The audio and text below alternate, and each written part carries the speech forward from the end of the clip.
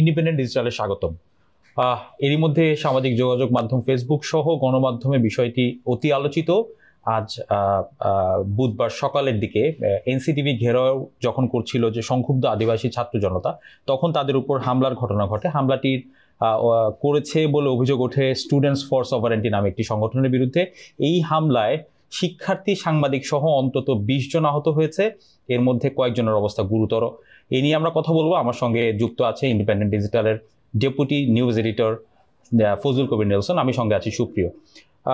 Nelson, আমি শুরুতে আপনার কাছে জানতে চাই, আসলে সকালে আজকে কি হয়েছিল, কেন হলো, কারা মারলো? আজকে যেটা সকালে ঘটলো সেটা হচ্ছে, আসলে এটা প্রেক্ষাপটে যদি আমি যাই, প্রেক্ষাপটে হচ্ছে যে পাঠ্য বই, নতুন পরিমার্জিত যে পাঠ্য বই হচ্ছে এবছর হচ্ছে শিক্ষার্থীরা পেল, সেই পাঠ্য বইয়ের একটি গ্রাফিতির জায়গা পাওয়া এবং না পাওয়া। আচ্ছা, মুখ্যত বিষয়টা এটাই। তো পাঠ্য বই মূলত হচ্ছে নবম দশম শ্রেণীর যে পাঠ্য বই, সেই পাঠ্য বই আপনি জানেন যে এইবারের পাঠ্য বই একটা পাঠ্যপুস্তক সংশোধন কমিটি গঠন করা হলো। পরে এক পক্ষের দাবি বা হুমকি যেটাই বলি না কেন, সেটার মুখে সেই কমিটি বাতিল হওয়ার পর যেটা হয় যে, আমরা জানি না যে টোটাল সংশোধন প্রক্রিয়াটা কারা করলো, কিন্তু আমরা একটা সংশোধিত পাঠ্য বই পেলাম, প্রত্যেকটা শ্রেণীতেই পেলাম। কি কি পাল্টালো? বাংলা বই বা ইতিহাসের বিভিন্ন জায়গা, যে জায়গাগুলোতে বেশ কিছু জায়গায় বদল এসেছে। এর মধ্যে একটা খুব গুরুত্বপূর্ণ সংযোজন ঘটেছে স্বাভাবিকভাবে গণ অভ্যুত্থানের পরের যেই 24-এর যে গণ অভ্যুত্থান, এটাকে বলা হচ্ছে 24-এর গণ অভ্যুত্থানের চেতনাকে সংযোজন করে নতুন পাঠ্য বইটা আসলে সামনে আনা। আচ্ছা, তো এই যে নতুন পাঠ্য বই, সেখানে হচ্ছে গ্রাফিতি, মূলত নবম দশম শ্রেণীর পাঠ্য বইয়ের পেছনের যে প্রচ্ছদ, সেখানে একটা গ্রাফিতিকে জায়গা দেওয়া হলো। সেই গ্রাফিতিটা ছিল হচ্ছে, আমরা রাস্তায় বহুবার দেখেছি এই গ্রাফিতি, যে ওটা মূলত পাতা ছেঁড়া নিষেধ। একটা চারা গাছের 5টা পাতা, যে ছবিটা জায়গা পেয়েছিল সেখানে 5টা পাতা, 5টা পাতার মধ্যে একটা হচ্ছে মুসলিম লেখা, আরেকটাতে লেখা হচ্ছে হিন্দু, আরেকটাতে খ্রিস্টান, আরেকটাতে হচ্ছে বৌদ্ধ। আচ্ছা, পঞ্চম পাতাটিতে লেখা ছিল আদিবাসী। আচ্ছা, তো এই আদিবাসী শব্দ প্রয়োগকে কোট আনকোট রাষ্ট্রদ্রোহ হিসেবে আখ্যা দিয়ে, যে এই শব্দ বাদ দিতে হবে, এই গ্রাফিতি বাতিল করতে হবে, এটা রাষ্ট্রদ্রোহের শামিল। এবং এইটা নিয়ে হচ্ছে একটি নতুন সংগঠন, আমরা এই সংগঠনের কথা আমরা আগে ওভাবে শুনিনি, স্টুডেন্টস ফর সভারেন্টি। তো এই সংগঠন হচ্ছে পাঠ্যপুস্তক যেই প্রণয়ন যেই অংশ এনসিটিভি ঘেরাও করে, তারা এই দাবিনামা পেশ করে যে এটার সাথে যারা যুক্ত তাদের বিচার করতে হবে, তাদের তদন্ত করতে হবে, এবং যত দ্রুত সম্ভব এই প্রচ্ছদের এই অংশটি বাদ দিতে হবে। আচ্ছা, তো আমরা দেখলাম যে 12 জানুয়ারি এটা বাদ গেল। বাদ যাওয়ার পর স্বাভাবিকভাবেই আপনি জানেন যে বাংলাদেশের সমতল এবং পাহাড়ি অংশে আমাদের যেই ক্ষুদ্র নৃগোষ্ঠী যারা আছেন, তারা এই আদিবাসী শব্দ এবং জাতিসত্তার জায়গা থেকে দীর্ঘদিন ধরে একটা আন্দোলনের মধ্যে আছেন। দীর্ঘদিন ধরে তাদের এক ধরনের দাবি আছে, সেটা বহুবার উত্থাপিত হয়েছে, বহুবার এটা নিয়ে আলোচনা হয়েছে। তো তারা সংক্ষুব্ধ হলো স্বাভাবিকভাবে। আজকে যেটা তাদের একটা পূর্ব ঘোষিত কর্মসূচি ছিল, যে তারাও একটা ঘেরাও কর্মসূচি করবে, এনসিটিভি ঘেরাও করবে, তারা তাদের দাবিনামা পেশ করবে এবং এটা পুনঃস্থাপনের জন্য দাবি জানানো হবে। আচ্ছা, তো একই দিনে স্টুডেন্টস ফর সভারেন্টি এরাও একই দিনে একই সময়ে একটা কর্মসূচি ঘোষণা করে, যেটা হচ্ছে তাদের পূর্ণাঙ্গ দাবি না মানা পর্যন্ত তাদের আন্দোলন চলবে, বা তারা পুনরায় দাবি পেশ করার জন্য এনসিটিভিতে যায়। আচ্ছা, এই যাওয়ার এনসিটিভির ওখানে তখন হচ্ছে অভিযোগ যেটা এলো, যে আমার সংক্ষুব্ধ আদিবাসী ছাত্র জনতা ব্যানারে যেই অংশটা গেল পুনঃস্থাপনের জন্য, তাদের উপরে হামলা চালানো। আমরা বিভিন্ন সংবাদ মাধ্যমে ওই সময়ের প্রচারিত যে ফুটেজ বলি বা ছবি বলি, সেখানে এ ধরনের মানে এক পক্ষ চাচ্ছিল আদিবাসী শব্দটি থাকুক, পাতাটি থাকুক, এক পক্ষ চাচ্ছিল এটা না থাকুক। তো সেইখানে আমরা দেখলাম যে হচ্ছে ভিডিও ফুটেজ বলি বা হচ্ছে ছবি বলি বা হচ্ছে সোশ্যাল মিডিয়াতে যে আলোচনাগুলো চলছে, সেখানে দেখা গেল যে এই অভিযোগটির পক্ষে অনেক ধরনের প্রমাণ আমরা পাচ্ছি। ইন্টারেস্টিংলি, সন্ধ্যা 6টার পরে স্টুডেন্টস ফর সভারেন্টি তারা হচ্ছে একটা সংবাদ সম্মেলন করলো। সেখানে তারা দাবি করলো যে আক্রান্ত আসলে তারা হয়েছিল। আচ্ছা, তারা বলছে যে তারা ওই সময় হচ্ছে এনসিটিভির ভেতরে ছিল, তাদের সাথে আলোচনা চলছিল। এই সময় তারা খবর পায় যে কোট আনকোট উপজাতি দের একটি মিছিল এনসিটিভির দিকে আসছে, আপনারা দ্রুত বেরিয়ে যান। এইটা তারা হচ্ছে সংবাদ সম্মেলনে বলেছে। আচ্ছা, যে তখন তারা বের হয়ে আসার সময় ততক্ষণে হচ্ছে পুলিশের ব্যারিকেড অতিক্রম করে এই সংক্ষুব্ধ আদিবাসী ছাত্র জনতার পক্ষ থেকে নাকি হামলা করা হয়। যদিও সোশ্যাল প্ল্যাটফর্ম বা নিউজ মিডিয়া, আমাদের এইখানে টেলিভিশন বলি বা হচ্ছে অনলাইন প্ল্যাটফর্ম বলি, সেই সব জায়গায় কিন্তু যেই ধরনের প্রমাণ বা আমরা যতটুকু দেখেছি, আমরা কিন্তু এইটার সমর্থনে খুব বেশি প্রমাণ আমরা দেখতে পাই। আচ্ছা, বারবার আলোচনায় আসছে স্টুডেন্টস ফর সভারেন্টি সংগঠনটি নিয়ে। এরা আসলে কারা? এদের নাম আমরা আগে কখনো শুনিনি। এইটা আসলে আমি নেলসন আপনাকে একটু যুক্ত করতে চাই যে বলা হচ্ছে যে তারা হামলা চালিয়েছে, সেখানে স্টুডেন্টস ফর সভারেন্টি বলা হলো, হামলাকারীদেরকে আমরা অনেকেই দেখে ছাত্র বলে বিবেচিত করতে পারি না। তো এরা আসলে কারা? এই সংগঠনটি কারা?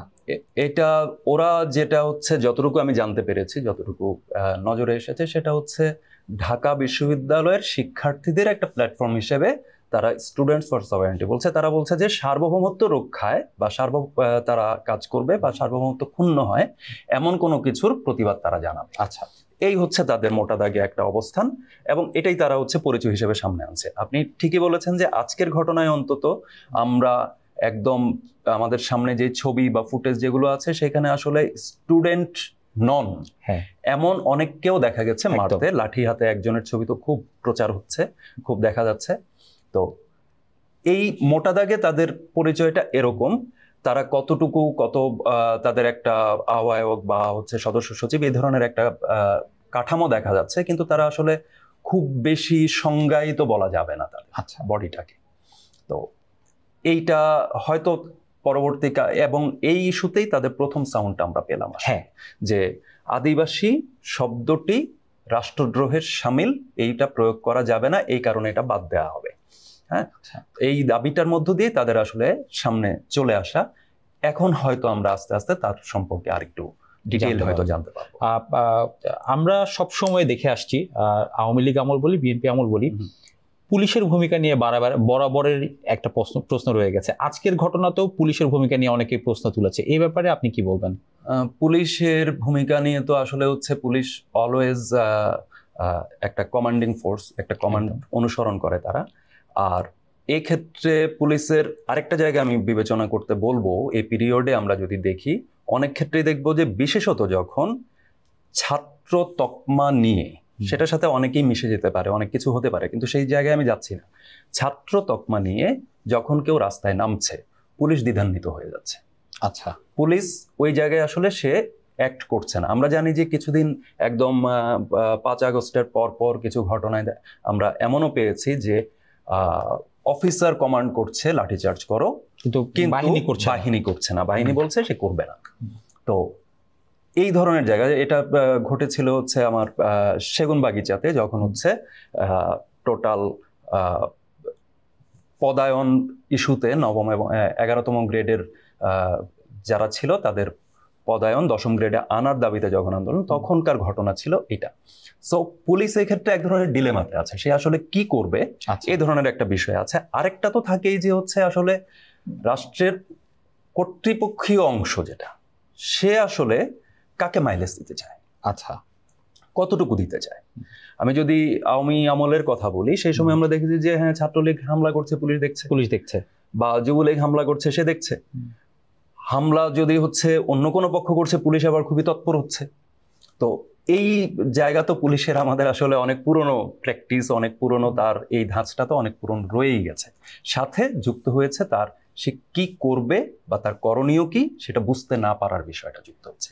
আচ্ছা, আপনাকে একটু আমি স্মরণ করে দিতে চাই যে আমরা কোটা বিরোধী আন্দোলন যখন চলছিল, তখন 16 জুলাই ছাত্রলীগ শিক্ষার্থীদের উপর একটি হামলা করে, এবং ওই দিনের ভিডিও ফুটেজ, ওই দিনের ছবি, বলা যায় যে কোটা আন্দোলনের পুরোপুরি রূপরেখা পাল্টে গিয়েছিল ছাত্রলীগের সেই হামলা।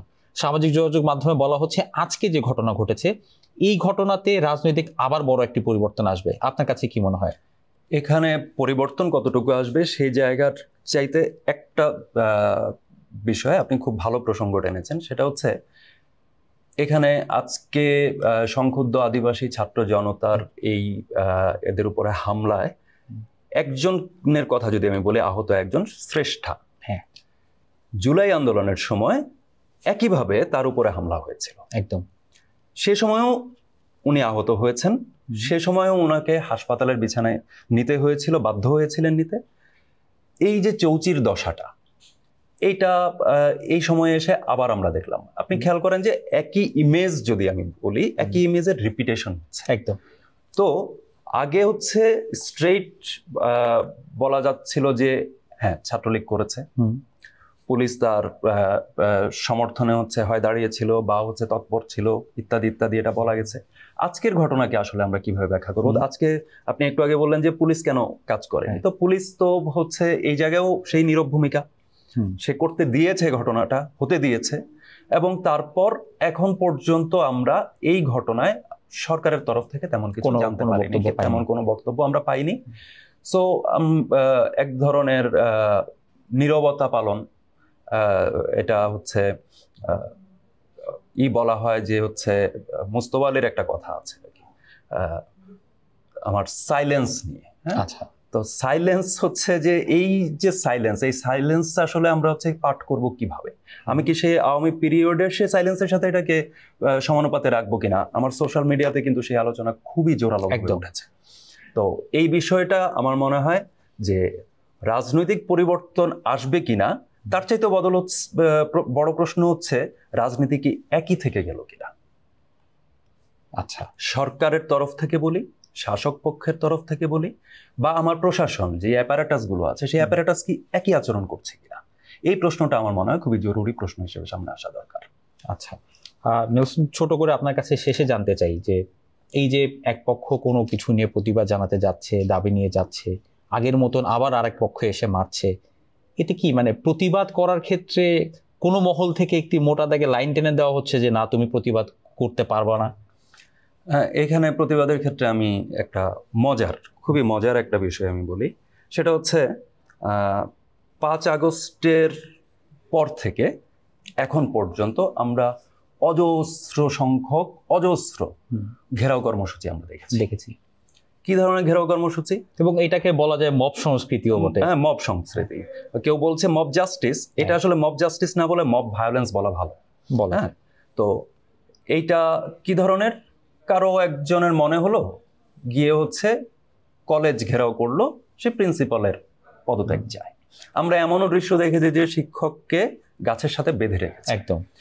আমরা এমনও দেখেছি যে হচ্ছে শিক্ষা মন্ত্রণালয় ঘেরাও কর্মসূচি হলো, ঘেরাও কর্মসূচি করার পরে হচ্ছে হয়তো 200-400 মানুষ ছিল আমরা যতটুকু দেখেছি, এবং পরবর্তীতে আন্দোলনের সমন্বয়ক হাসনাত আবদুল্লাহ ওনাদের বয়ানে যতটুকু আমরা জেনেছি সেটা হচ্ছে অল্প সংখ্যক শিক্ষার্থীদের দাবিতে এইচএসসি পরীক্ষা যতটুকু বাকি ছিল সেটা বাতিল করা হলো। আচ্ছা, এইটার প্রতিবাদে আমরা দেখলাম যে নটরডেম কলেজ থেকে শুরু করে কিছু শিক্ষার্থী হচ্ছে আন্দোলনে নামলো যে এইচএসসি পরীক্ষা নিতে হবে, সেটা কিন্তু গৃহীত হলো না।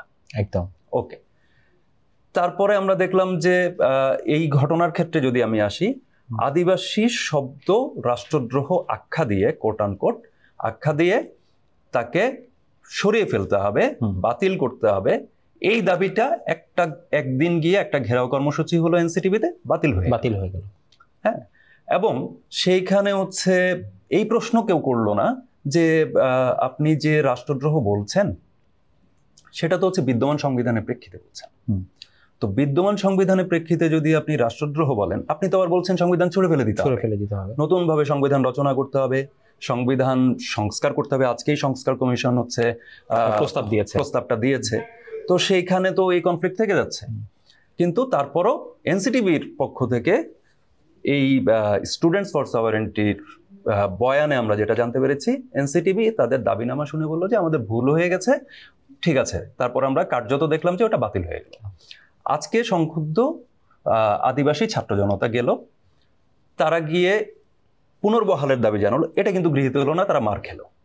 মানে একই রকম ঘটনা বারবার ঘটছে, কিন্তু বারবার ঘটছে। দেখা যাচ্ছে যে কোনো একটি অংশ আমার দাবি জানাচ্ছে, সেটা খুব দ্রুততম সময়ের ভিতরে গৃহীত হচ্ছে, কিন্তু কিছু কিছু অংশ যখন হচ্ছে দাবি জানাচ্ছে তখন এটা গৃহীত হচ্ছে না।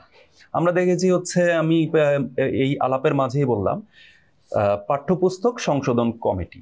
সংশোধন কমিটির মধ্যে হচ্ছে কমিটির ব্যক্তিবর্গ নিয়ে একটা অংশ প্রশ্ন তুললো, একে রাখা যাবে না, এই কমিটি বাতিল করতে হবে, বাতিল হয়ে গেল একদম। ওকে, কিন্তু বাতিলের পরপর আরেকটা কিন্তু প্রতিবাদ উঠেছিল যে কেন এই প্রক্রিয়ায় কমিটি বাতিল হলো, এই ধরনের একমুখী বয়ানে কেন আলোচনা ছাড়া একটা কমিটি ঘোষণা করে সাথে সাথে এটা বাতিল হলো, সেটা কিন্তু আমলে নেওয়া হলো না, বা সেই সম্পর্কে আমরা সুনির্দিষ্ট সরকারের তরফ থেকে ব্যাখ্যা পাইনি। তাহলে তো আমি বলতেই পারি যে প্রতিবাদ আসলে অমুকের প্রতিবাদটা আমি নেব, তমুকের প্রতিবাদটা আমি নেব না। অর্থাৎ সে চিরায়ত প্র্যাকটিস যে হচ্ছে আসলে আমার মতো করে আমি যা চাই কিন্তু করতে পারছি না, আমি এটা করে নিতে চাই কিন্তু আমি আসলে কোনো না কোনো কারণে কোনো একটা লাজ আছে বা কিছু একটা আছে, সেটার কারণে আমি হয়তো পারছি না। আমার প্রো বা হচ্ছে আমার অনুসারীদের কোনো একটা গোষ্ঠী থেকে একটা আওয়াজ উঠলো, আমি আমার লাজ ভুলে কাজটা করে দিলাম। আরেকটা হচ্ছে যে আমি এটা করতে চাই না, সুতরাং হচ্ছে যেই প্রতিবাদ জানাক, সে যত ইনফ্লুয়েন্সিয়াল হোক, সে যত গুরুত্বপূর্ণ প্রশ্ন তুলুক বা গুরুত্বপূর্ণ বিষয়ে প্রতিবাদ জানাক, সেটা আমি গ্রহণ করব না। এই যে সংস্কৃতি তৈরি হচ্ছে, এটা আসলে আমাদের দেশে কোন দিকে নেমে বলে মনে হয়? এই কিছু হলেই কিছু একটা নির্দিষ্ট জনগোষ্ঠীর মতামতে আমি আমার সিদ্ধান্ত পাল্টে ফেলছি, সেটা বৃহৎ জনগোষ্ঠী পছন্দ করছে কিনা করছে সেটাও আমরা দেখছি না, সেটা ইভেন আলোচনায় যাচ্ছি না। এইসব ক্ষেত্রে বা মীমাংসার পথটা কি? মীমাংসার পথটা হচ্ছে যে একটা বিষয় আমি করেছি, তাহলে আমার প্রথম প্রশ্ন আসে যে আমি যে পেছনের প্রচ্ছদে যেই গ্রাফিতিটা আমি দিলাম, আমি কি সুচিন্তিত পদ্ধতিতে দেইনি? আচ্ছা, মানে আমার ভুল হয়েছে, মানে আমার স্কুল শিক্ষার্থীদের কাছে পাঠ্য বই হিসেবে এটা যাবে, সেইটার প্রচ্ছদে আমি এমন একটা কিছু দিলাম যেটা আমি ভুল হয়েছে বলে আমি এটা সরিয়ে ফেললাম, তার মানে আমি সুচিন্তিতভাবে করিনি। তার মানে আমি শিক্ষার্থীদের পাঠ্য বই বিষয়টাকেই প্রচন্ড অগুরুত্বপূর্ণ এবং প্রচন্ড রকমের অহেতুক একটা কাজ হিসেবে হয়তো আমি বিবেচনা করেছি, যে কারণে আমি এটার মানে আমি মনে করছি যে এটা যখন তখন আসলে পাল্টানো যায়। তো এই প্রক্রিয়া, এইটা যেটা বা হচ্ছে এইচএসসি পরীক্ষা নেওয়া হবে এই পদ্ধতিতে, পরে আমরা নিলাম না, এই যে ঘটনাগুলো, এটা আসলে বলছে যে আমরা আসলে জানি না কি করতে চাই, আমরা আসলে সুনির্দিষ্টভাবে বুঝতে পারছি না। যদিও আমি বলছি যে এই জায়গায় আমাদের একটা বিরাট কর্মসূচি, বিরাট সংস্থার অনেক কিছু করতে হবে, কিন্তু আমরা আসলে মনে হচ্ছে যে যারা দায়িত্বে আছেন তারা হয়তো কোনো না কোনোভাবে সংশয়ে আছেন, তারা আসলে কি করতে চান সেই বিষয়টাতে। ধন্যবাদ নেলসন।